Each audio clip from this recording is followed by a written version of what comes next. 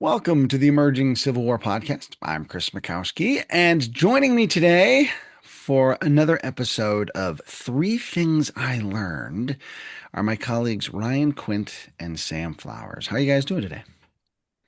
Doing all right. How are you? I'm hanging in there. Thank you very much. Sam, you doing all right? Excellent. Yeah, I've been doing pretty good. We actually just finished this past week, had commencement for Lewisburg College, so I've got 40 days of freedom until summer school. Very good. Enjoy it while it lasts, Buster. Exactly. And Ryan, you're like gearing up for the season. You've got summer season just getting going, right? Yeah, basically all of our summer staff are either getting started or have started. Um, Memorial Day weekend just around the corner. That's the start of our busy season, and we're gonna hit the ground running, and we'll see what happens. But yeah, Best of definitely. Yeah. best of luck. Best of luck. Thanks. Thanks. Thanks. So, the premise of our podcast today is I wanted to get one of our veterans and one of our newer folks together in conversation and ask them what they've learned recently. So, kind of the parameters are over the last 12 months, as you've been reading and researching and talking to visitors and doing programs and stuff, I'm sure you've had new stuff put in your head. And so, I want you to share what that new stuff is. So, Ryan, I'm going to start with you and sort of defer to your experience and wisdom here. And what's one thing you have learned over the last 6 months? Yeah, it's a good question. I had to think about this. I was like, what have I learned? Not because I'm a know-it-all, but just because you learn so much that you almost like sometimes it just goes in one ear, not the other, because just the information overload. So I'm gonna do this. It's an old fact that I looked at it from a different lens. How about Okay. that? Yeah. And that is, all right, my stomping grounds, Fredericksburg, your stomping grounds, Fredericksburg. The United States Army at the Battle of Fredericksburg numbered about 125,000 people. And that's a number that we spit out at people. Oh, yeah, Ambrose Burnside had 125,000 people. But the new perspective is that I was looking at a population chart of the 10 most populous cities of the United States in 1860. And if we compare it like that, the United States Army of the Potomac is the ninth largest city in America. And the reason why I kind of light bulb moment for me is because we talk so much about criticisms about various generals and why didn't he do this and why didn't he do that? And you and I have talked about Fredericksburg specifically before, but put another way, why doesn't Ambrose Burnside move the ninth largest city in America just a little bit faster?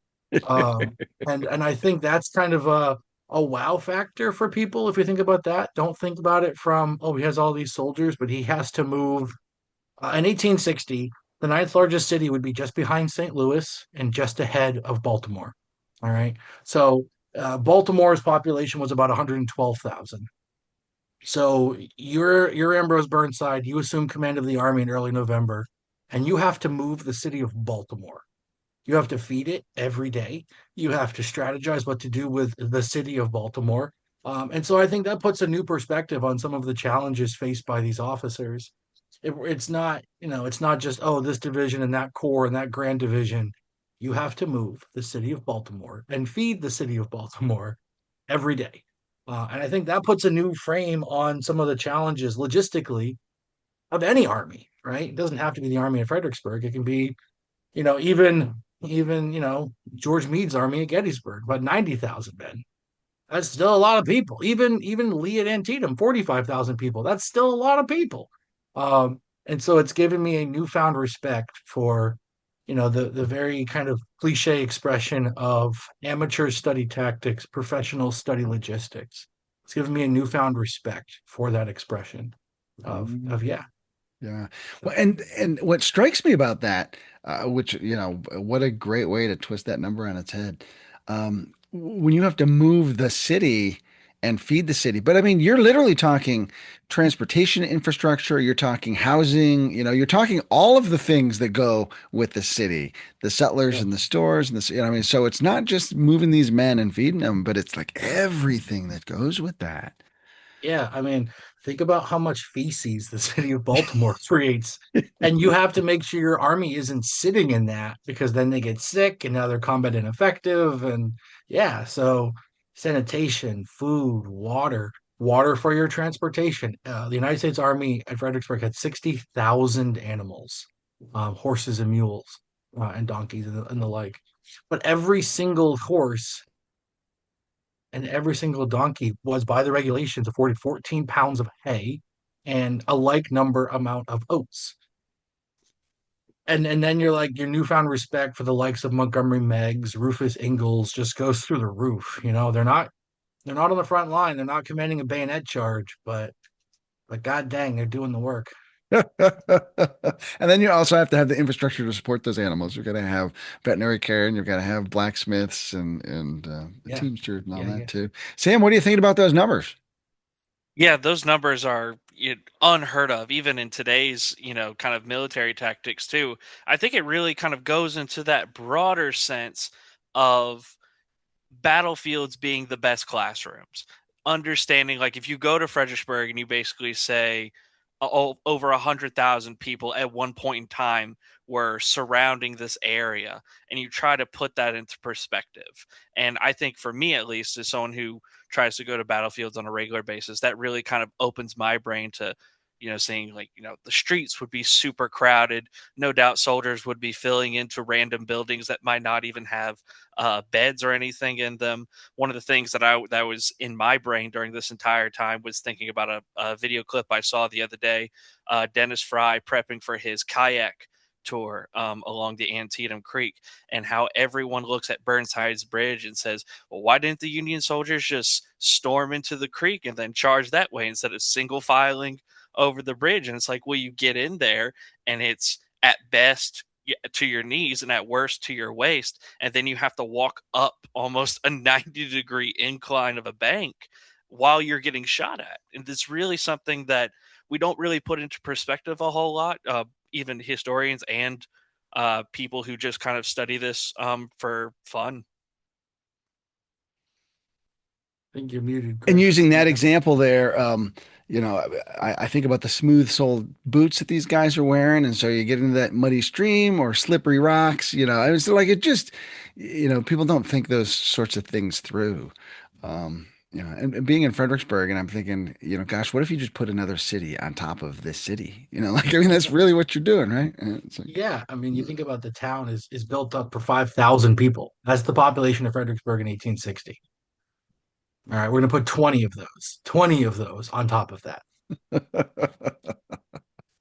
Yeah. So, yeah, it's I think really important. And Sam, I'm sure in the classroom, you're challenging your students to kind of think like, take what you know and how can you know it better or know it differently, or what other lens can you look at to challenge your assumptions. Oh yeah, definitely. Like when we look at the numbers, you know, 10, 15 years ago, the casualties were somewhere around 600,000. Now it's estimated around maybe 820,000, give or take. And that's still a large number, but for my students, that's 1860 numbers. But when you adjust for the population today, if something like that happened in, 2026, if I had wood, I would knock on it, that would be in the millions. And that would be cities, counties, entire states worth of population just gone. And I think that's the same way that a lot of these soldiers were feeling too in the moment as well. All right, you bring up another question. I'm going off on a little tangent, but that's why I'm having these discussions. And Ryan, I want you to chime in on this too. So you mentioned populate or the casualty figures. They continue to kind of creep upward and get adjusted. And I still know people who are going to be married to 640,000 people because that's what they learned as kids, and by gummy, that's what they're going to stick with. Tell me about that mentality and what do you do with it, and how do you wrestle with that? And uh, Sam, let me have you start just since you kind of brought that up.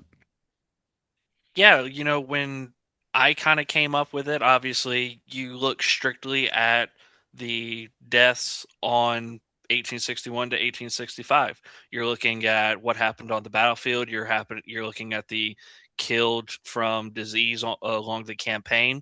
I think nowadays we're really trying to add into that number a lot of, when we start looking at social history and the mental illness of Civil War veterans. I've seen a couple of authors, try to add those who may have committed suicide from post traumatic stress, overdoses, from medicines that they may have acquired from amputations on the battlefield. Those some authors have connected to being the overall number of the total. Now, obviously, there is a lot of discord with that nowadays. Do you take that into account as an official battle death or a war death, or do you not? And it's really something that I think a lot of people are still kind of debating over. It's a pretty hot topic right now, I'd say. Yeah, yeah. Ryan, what do you think? And it seems to me too that there are like just new methodologies, and historians have new ways of looking at this stuff. Yeah, absolutely. I think it's just a matter of, the 620,000, as far as I know, comes from Thomas Livermore in the 1880s. Like, okay. But in the last 130, 140 years, like we got new research methods, we got new assets available to us. The digitization of the internet allows for us to scroll newspapers and find names that we might have missed, right? Names that were submitted to the local newspaper saying, hey, here's all the guys from the county XYZ. And so I think there is a benefit in re-examining, we're using this as a very specific example, but every now and then sit back and say, okay, what do we know? What do we think we know? And what can we prove? Because I think it helps to be somewhat suspicious, but I think it also helps to sometimes remind ourselves of where we get our information from. Because, you might have a source that you got something from when you were way back when, and that information has been updated or revised because of all this research. When those new numbers came out, I got to remember my history. It came out of what, Binghamton? There was like a statistical study out of Binghamton, and I would never have thought to do that, right? To study the statistics of what percentage growth before the war versus after the war, and saying, well, hold on a minute, 620,000 doesn't fit this mold. And as Sam was saying too, right? Our societal idea of what is a casualty of war has evolved as well. The 620,000 or the 700,000 have always been like military deaths. Well, how many civilians died during the war? Not necessarily, not just in battles. We've got the very famous, Jenny Wade or Judith Henry who are killed in battles, but also, civilians who get stuck in camps or in proximity to these armies on the move, and they die of disease or they die of starvation because the food is all used up in the armies. So yeah, I think it is useful to say, well, hold on a minute, there's a whole lot more here than just the armies. And if we limit ourselves to just the armies, you're missing a massive part of the story. And of course, there are millions of people who are part of a population that aren't well accounted for to begin with either because of African Americans and just what happens with them as this giant refugee crisis erupts. And it's hard to kind of track those deaths too. So Yeah, lots of ways. yeah, absolutely. So Sam, let me ask you, what's something new that you have learned in the last 12 months? So this is really kind of like a shout out to your podcast that you did a while back with Paul Quigley Okay. about Preston Brooks's. Yep. So I had 2 weeks ago finally finished that behemoth of the Charles Sumner biography by, I'm trying to remember his name now, Zakir Tamiz, I believe, or Tamiz, and it's such a great book. And one of the things I really found interesting in it was when they're talking about the caning of Sumner himself, and he gets beaten, he is on this road to recovery. There are so many different things that I never really thought about, I guess, into the reasonings why, because one of the big things is Sumner's big speech that started this whole caning in the first place is he's really trying to get under the skin of people like Andrew Butler and Preston Brooks and all these pro-slavery congressmen and senators. And when it's over, I read where Charles Sumner had written to a friend where he's basically saying something around the lines of, "We have shown, the true colors of Southern gentlemanly or Southern honor." And I think that's really something that is kind of this myth versus reality. When we look at the Southern aristocracy in the antebellum era, especially if you look at it through the lens of Gone with the Wind, you see it with these ideas of chivalry, honor, bravery, taking care of the downtrodden. But to Charles Sumner, what he experienced was the characteristic behavior of Southern gentlemen. It just was kind of behind closed doors in a way. It's almost you go into Washington, you put on the mask of what people expect you to be, but then you go back home and you treat the enslaved population a very different way. And I think that's really something that Sumner was kind of hoping would come out, and it did.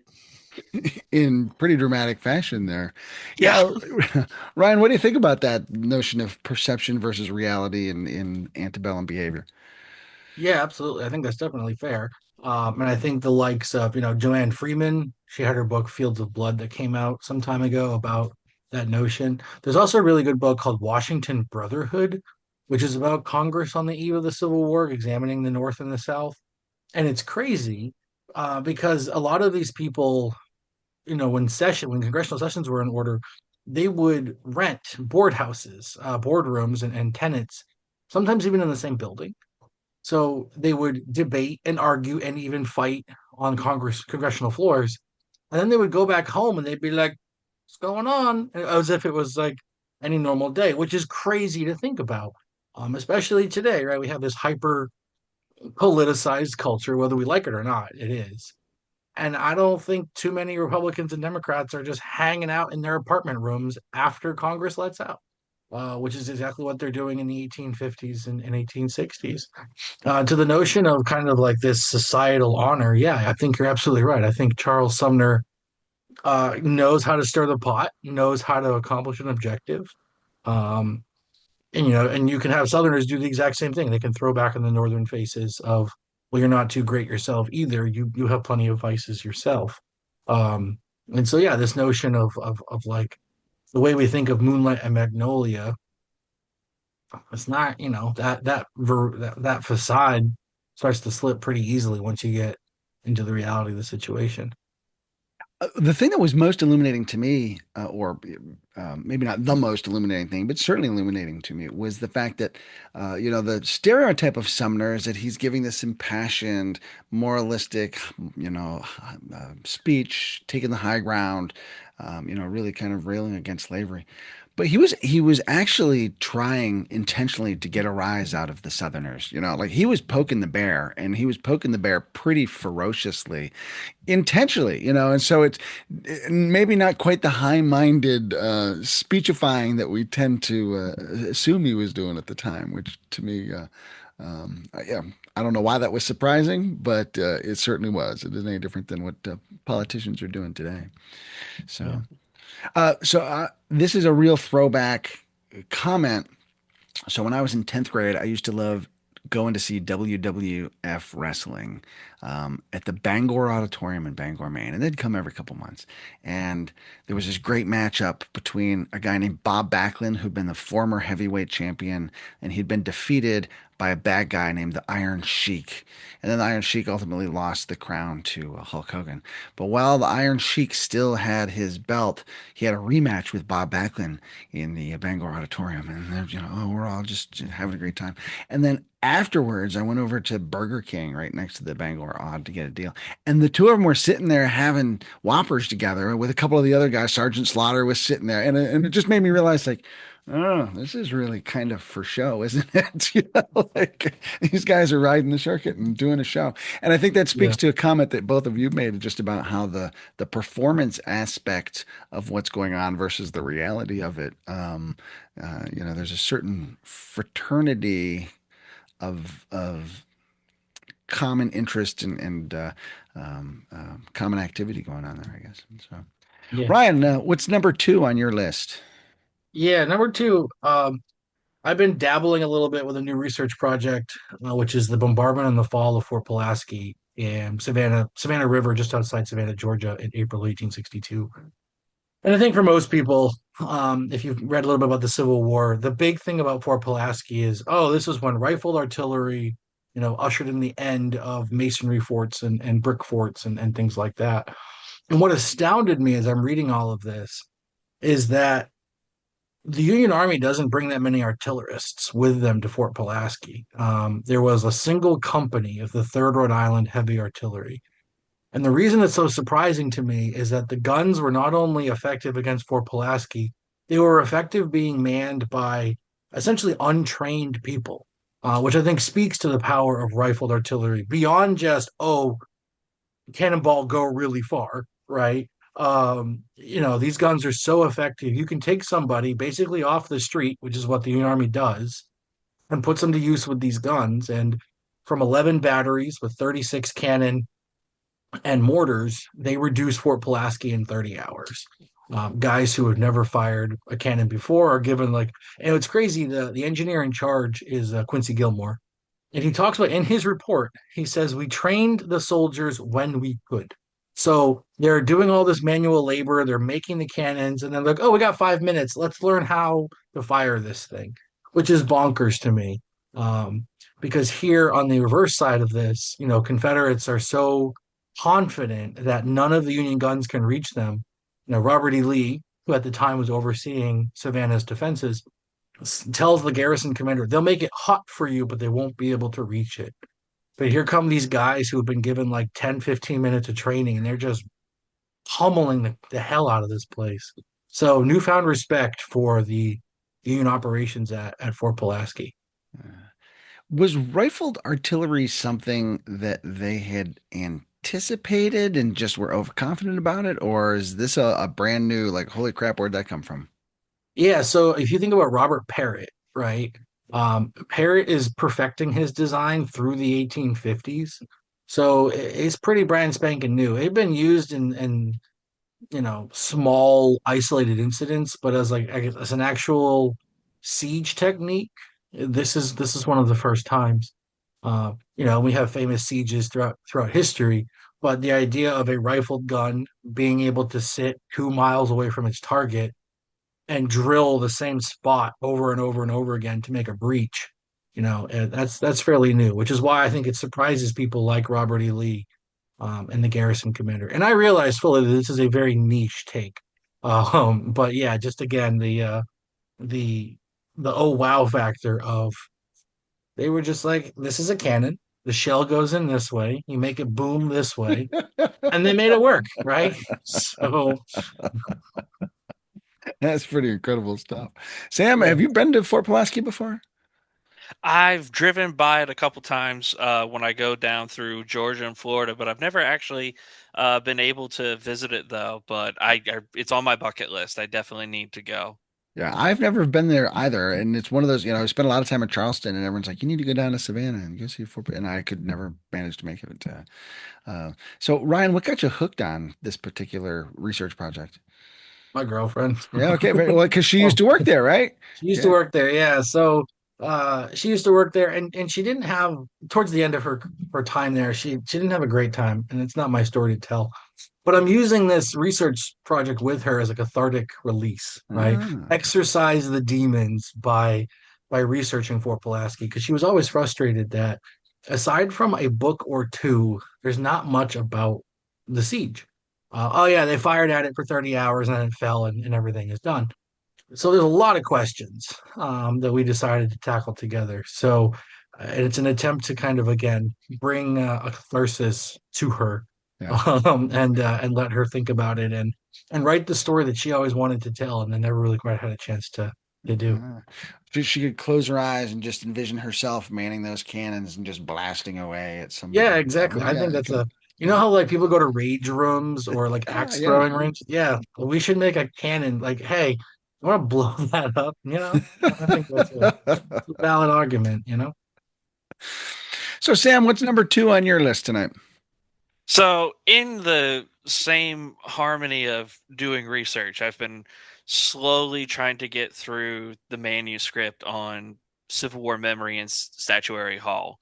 And for those who are not aware, Statuary Hall is kind of the art chamber in what used to be the old House of Representatives side of the Capitol building, where it hosts a flurry of different statues, two per state, and it has recently, in the past 5-10 years, become a controversial place when it comes to Civil War memory, considering that a lot of the Southern states opted to choose men like Jefferson Davis, Alexander Stephens, Robert E. Lee to be inducted into the nation's capital, which is definitely something in a broader context to really think about as well, how we revere these men, not just on a state level, but on a national level as well.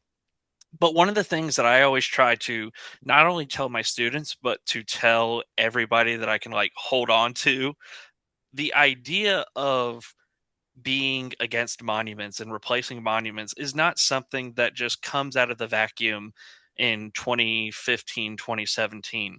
One of the most interesting things I've been looking at have been black newspapers from the 1920s, days and Mhm. weeks after these statues are being placed, are saying, no, no, these people decided to leave the Union and fight for slavery. And one of the most powerful ones that I thought was the most telling, not only for 1927, but you could also, if you didn't know it was in 1927, you probably could say it was written in the last 4 years. A woman named Mary Church Terrell, on Christmas Eve, she writes in the Norfolk Journal and Guide. She's talking about being opposed to the Alexander Stephens statue that had just been put there about a week prior. And she says, if the old soldiers who fought in the Union Army and saved the country from ruin could have heard that rebel yell in the nation's capital, they would have had no reason to wonder who really won the war after all. And there's a whole bunch of different ones which really harken back to this. One of the ones I saw the other day was a newspaper editorial from Chicago, from the Chicago Defender, which was basically kind of saying, if the rebels can put statues in the nation's capital, then everything that they did can be easily forgiven, wiping the slate clean. And for me, that really kind of harkened back to like our controversies and debates over how we look at January 6th, even, and how we kind of like look at how, they can be easily forgiven under certain circumstances. Yeah. Yeah, and just that idea of, which population gets to say so, and so you've got one population of a community saying we're going to put this up to honor this person, and then you've got another part of that same population saying, well, no, no, no, and here's why. And, so that idea of contested memory is nothing new. I mean, you can see that well documented in those papers, the Black Press of the 1920s, particularly. Um, Ryan, I know you have some strong feelings about statues and memory and things like that. What's your take on, what kind of space should Statuary Hall be as a national space? Yeah, I think Sam hit on the button. You get two statues per state, right? And I don't think I think it should be up to the states. If a state says we want to change a statue out, I feel like the state should have every right to do that, right? So a few months ago or something, Sam can correct me, right? The Robert E. Lee statue was replaced by Barbara Johns, who Yes. was a civil rights advocate in Virginia. And so, I think it's kind of crazy to say, to me at least, that you are beholden to these two people for the rest of time until the heat death of the universe. These two people represent your state because people's values change, people's importances change, and it's not really up to us to dictate, to say no, no, no, you have to keep Alexander Stevens up, you have to keep Robert E. Lee up. If New Jersey ever wants to switch out, I think Phil Kearney is one of their two representatives. Phil Kearney is a Union general killed during the Civil War. If New Jersey ever decides, it's time for someone else to get a mantle if we want to put Bruce Springsteen up in Statuary Hall, uh, I think New Jersey should have a right to do that. And I think as we study monuments, it's as much a reminder that the monument you are looking at is as much a testament of who put it up and its circumstances as what the statue is of, right? Every statue has a story beyond this is a statue of Robert E. Lee. Who made it? Why they made it? Who was paid to make it? What kind of what addresses were used or were said when that speech was dedicated? Um, and so it's a study of itself beyond just the statue itself. And so, yeah, I think when you have two statues per state, A state is not beholden to, well, our values 170 years ago were X, so we need to do Y for the rest of time. I think that's a little bit silly. Yeah. I really like your suggestion about, looking at that context. I mean, that's always the thing I tell people about is context, context, context. And if you read dedication speeches at these, monument unveilings and read press coverage, that gives you a really good sense of the why behind those. But Sam, you raised this great point about the black press, and I've done a little bit of work on that because I teach a class on the civil rights movement in the media, and there's this whole other alternate set of stories that go with a lot of these dedications that appeared in the black press that nobody in the white communities were even aware of because the black communities were so insulated and insular. And so they had their own free press and it was pretty provocative and it didn't upset white communities because the white communities just didn't pay attention. They just didn't care to, but like it's all there, it's all documented and you've got these great stories that capture that.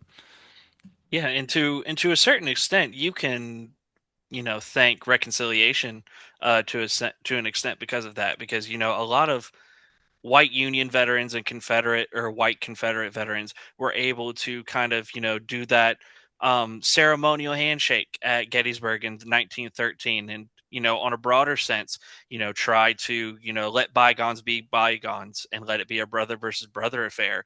But in the process, you completely forget why the Confederates seceded in the first place, what they were fighting to protect. But for a lot of black communities, that is fresh on their minds.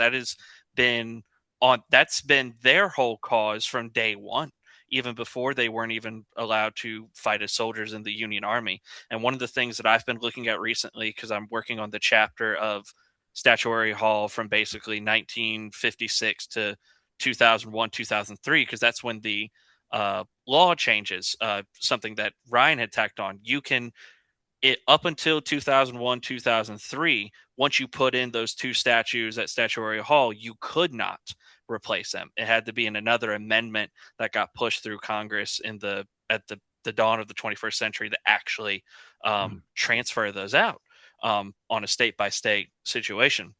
But one of the things I noticed in the 1950s and 1960s newspapers is anytime they reference Southern congressmen or Southern senators, they don't refer to them as the gentleman from North Carolina or the gentleman from the Southern states. They always refer to the Southern states as the former Confederacy because it is still fresh in their heads that these are the people that enslaved our ancestors, and these are the people who continue to, disenfranchise us 100 years later. Mm.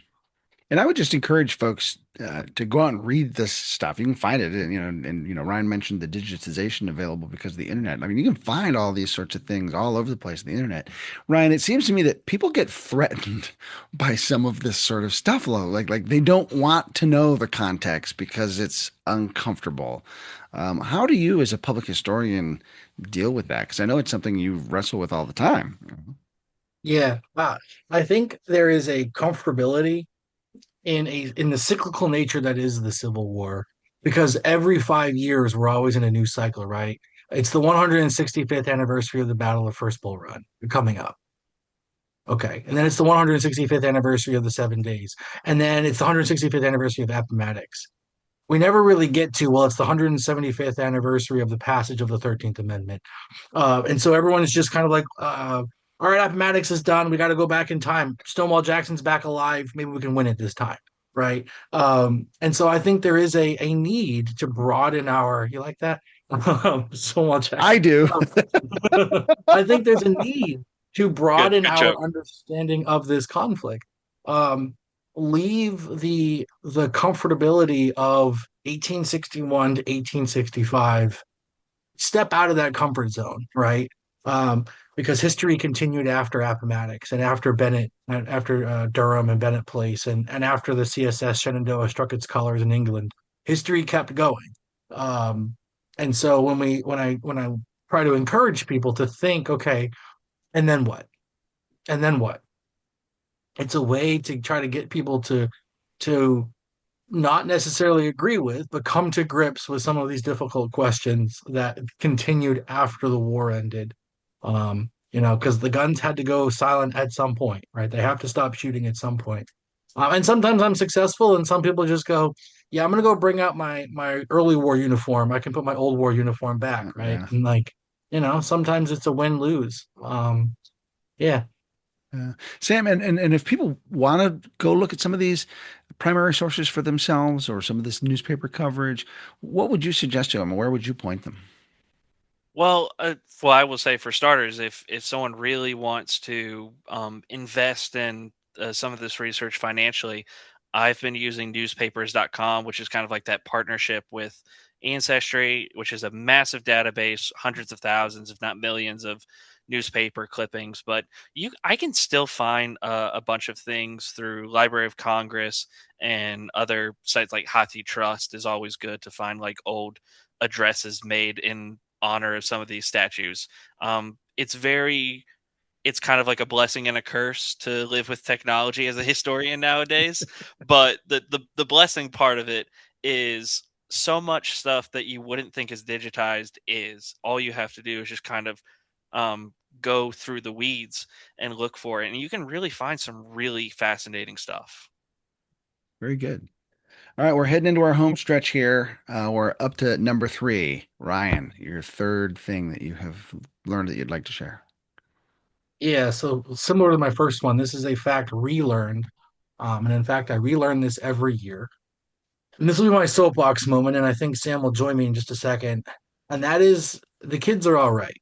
Um, we hear so much about the darn kids today don't like history, don't know history. Round tables are dying because kids won't come out.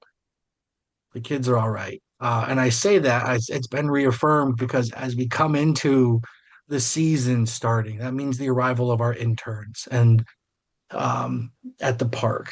And they just started this week, but the enthusiasm they bring and the insatiable desire to learn is there, and I see it in their eyes. And I it buoys my spirits after the doldrums of the winter to see these, I say kids, but they're mostly undergrads, wanting to dive into the topic and want to tackle the tough questions. So, people will point out on social media, look at video where kids can't even answer basic questions about the U.S. Civil War, the American Revolution. I hate to break it to you, right? But Jay Leno was doing those videos 25, 30 years ago. That hasn't changed. So my soapbox moment is, and it has been reaffirmed to me just this week. The kids are all right. We're in good hands. They're really smart. And it inspires me to do just a little bit better each day too, because being with them, it's impossible not to want to do your best. Yeah. Yeah. You want to jump on that soapbox for a second there, Sam?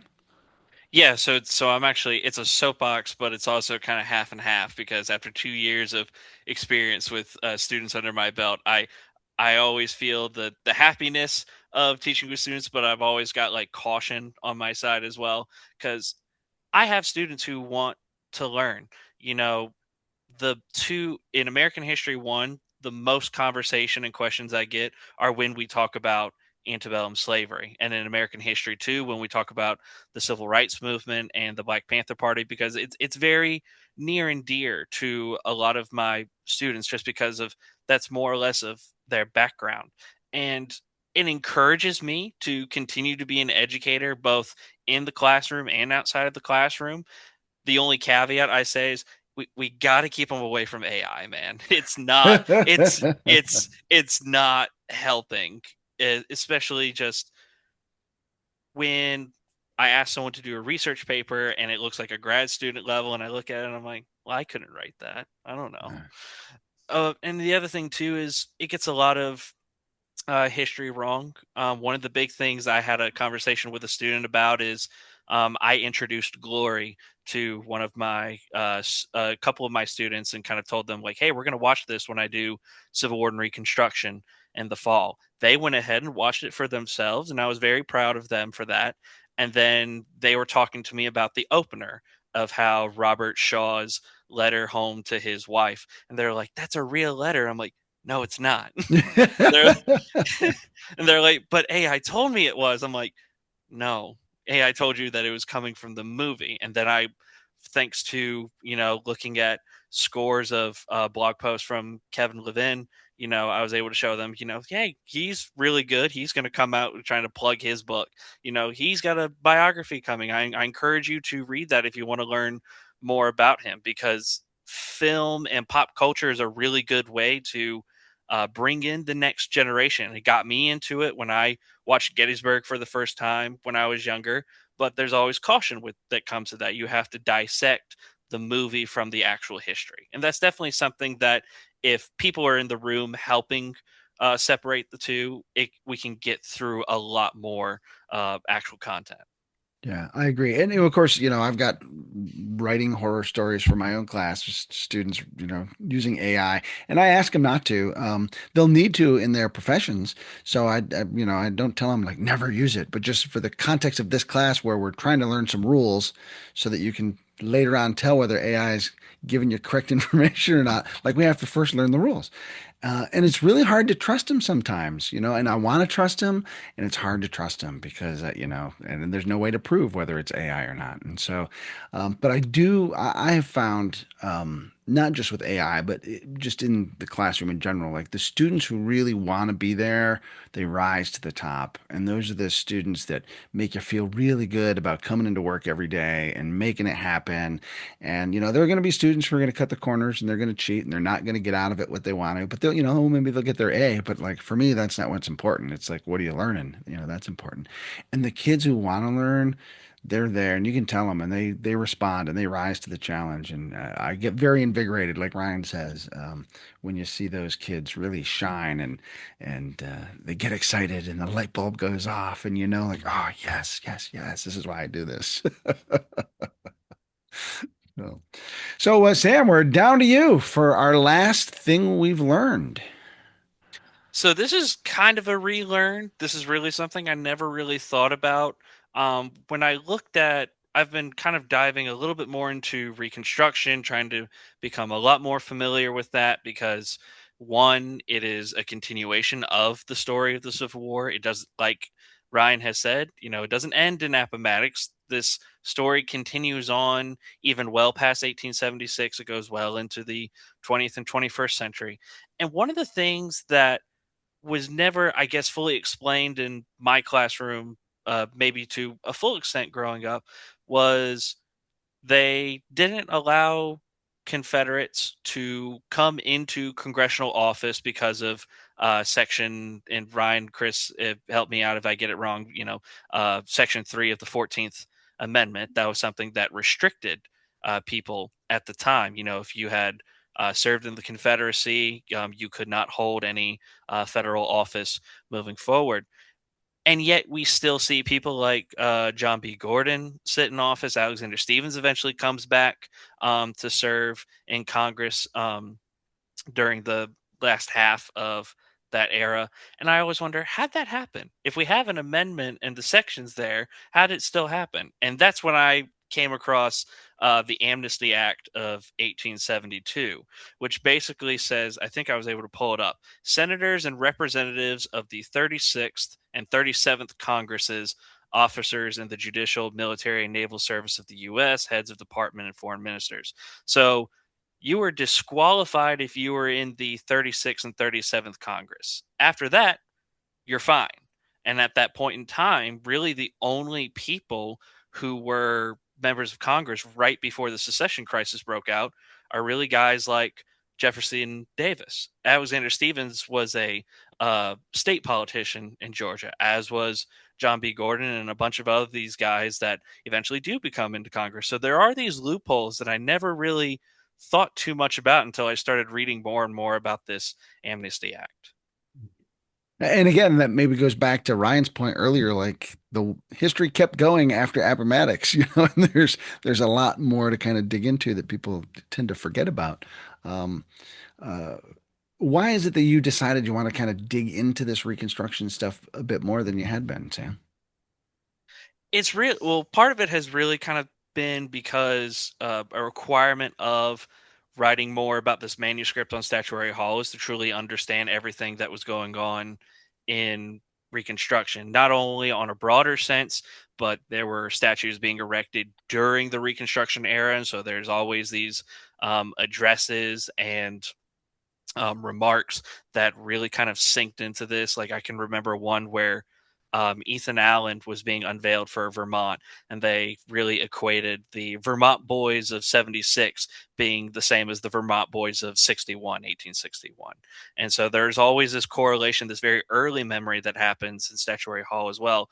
But I really wanted to also learn more about Reconstruction just for myself because it's something that I think affects the world that we live in more than the Civil War itself. You know, the reason why we have more Confederate politicians, the reason why Jim Crow becomes such a social norm, not just in the South, but to a certain extent, the whole nation as well. A lot of that has its roots in the years following Appomattox, and it has so much more significance in our day to day life now than the battles and tactics of Gettysburg and Vicksburg, I think. Ryan, thoughts on that? No, right on the money for sure. Yeah. The modern relevance to all of these acts that we think about, and kind of how do we think about the place of former Confederates in memory, in politics. Um, we think about Andrew Johnson's wide sweeping pardons that saw Confederates basically forgiven for what they did in the eyes of the United States. And we got to wonder, like, okay, what is the butterfly effect of those decisions in the late 1860s, early 1870s, and how do we think about those today? Because you turn on the news, and whether whatever your political opinion is, you see the 14th Amendment, and the 15th Amendment in the news today, right? Who is an American citizen was being debated in the Supreme Court, what, a month ago, 2 months ago? And so if you want to understand where we are, and this is going to be cliche, if you want to understand where we are in 2026, you got to understand where we came from. And that, again, means broadening your horizons beyond just the Civil War to the Civil War era. And kind of what do we take away from those bigger moments? I'm going to put you on the spot a little bit, Ryan, because I grapple with this a lot because I've been in the same situation you're at, where people will come to the battlefield and they just want to know about those troop movements and they just want to focus on the military action and they don't want to stretch that larger context, and it's almost as though they're there to be entertained rather than to seek understanding, and that's Yeah, maybe a crass way of putting it, but I wrestle with that, and I don't know, do you wrestle with that? all the time. Yeah. Yeah. And when I do wrestle with it, um, I go back. So our kind of northern light is Freeman Tilden, right? The six principles of interpretation. Um, I have his book right he, here on the bookshelf next to me. yeah, right. You can just reach over it. This is it. This is the Bible. Um, and so Freeman Tilden tells us that interpretation is not just information; it is provocation. It's getting people to think. So and I like to call it the "tell me about the rabbits" effect, right? Steinbeck, tell me about the rabbits, George. Tell me the old story. Tell me how Stonewall Jackson got his nickname again. Sure, we can do that. But how do we think about it? Because me just telling you a story you already know is not interpretation, as Freeman Tilden told us. It's provocation. It's getting people to think outside the box. So even if we have to drag them kicking and screaming to the relevance of these places, right? Because if you have memorized the Gettysburg Order of Battle and you know what brigade off the top of your head the 16th Michigan was in, and people are going to write it in the comments, they were in Strong Vincent's brigade, but you can't necessarily think about or don't want to think about the bigger picture, well, I think there's kind of a disconnect there, right? So yeah, even if we have to drag you kicking and screaming, we're going to try to bring you to that relevance and that what I like to call the so what effect, right? Why is any of this important? So we'll If see I how. if I could add, Yeah. Ryan, the only thing too, extending to your point, history is about learning. If you have stopped learning, then what's the point of going to the battlefield? You already Yeah, know the story, you already know where everything is. But when I go, I want to learn different things. Every year when I go to CWI, I don't always want to go to the same Pickett's Charge tour, which I know Jim Hessler does a fantastic job, but there are so many other things to look at from the civilian perspective, the enslaved perspective. Maybe you're so fixed on what happens at Little Round Top, you forget what happens at Culp's Hill. And you can still learn all of these different things. And in some cases, that does mean provoking different thought, challenging what you have understood before. And I'm definitely sure park rangers nowadays, for the last 10, 15 years, have definitely had people, you know, get into these debates over the issues of why is slavery so important at a battlefield in Vicksburg, but it brings in that broader context of what the war was about for certain soldiers, what the war was about for both governments at the time. You know, it's really something that people need to think about more and more. Yeah, I'll add one little caveat to what you just said there when you said, like, if you're going to the battlefields not to learn something, pardon me, Maxwell just kind of bustled by here. If you're Another reason to go to the battlefields for me is to be inspired. I spend a lot of time just walking the battlefield, kind of feeling the feels and being in my own head. But in that case, sort of I'm bringing my own stuff to the battlefield with me, and it's all, so it's still a type of provocation to get that inspiration as opposed to just kind of going there for entertainment's sake. But I think that there is some value to visiting places to be inspired. I think we can learn a lot from history for that. But I'm right with you there about this whole notion of like just feeding your head, going there and finding a way to feed your head, like that's really important. So I'll end with one thing I've learned, and this is old school. And maybe this kind of goes back to Ryan's point about memorizing the order of battle and stuff. But I have made a whole list of facts to just run down about the Overland campaign over the summer. And it's just good old fashioned. I need to kind of get this for a tour or get this for an article. And I'm writing out index cards and memorizing stuff. How many enslaved people were on this plantation and how many were in that paper and how many kids did this family have, because to me those are the sorts of ways that I can bring more depth to those stories and remember who these people that are on these battlefields that we're able to tell. And then some of it's just oh, I gotta, what brigade's this guy in at this particular point, and when Robinson's division gets split up, who go, so it is some of that just kind of movement of troops, serving that larger purpose of the many different narratives I tell about these battlefields. But so that's my learning project right now. So Rock on. I want to thank you guys. I've had a wonderful conversation with the two of you guys. You've given me lots to think about. Ryan, you blew me away right out of the gate with the whole city thing, and then Sam, you just added right in there, and this has been a wonderful, wonderful discussion. Thank you so much for spending some time with us. Yeah, thanks for having us on. So, Thank you for having me.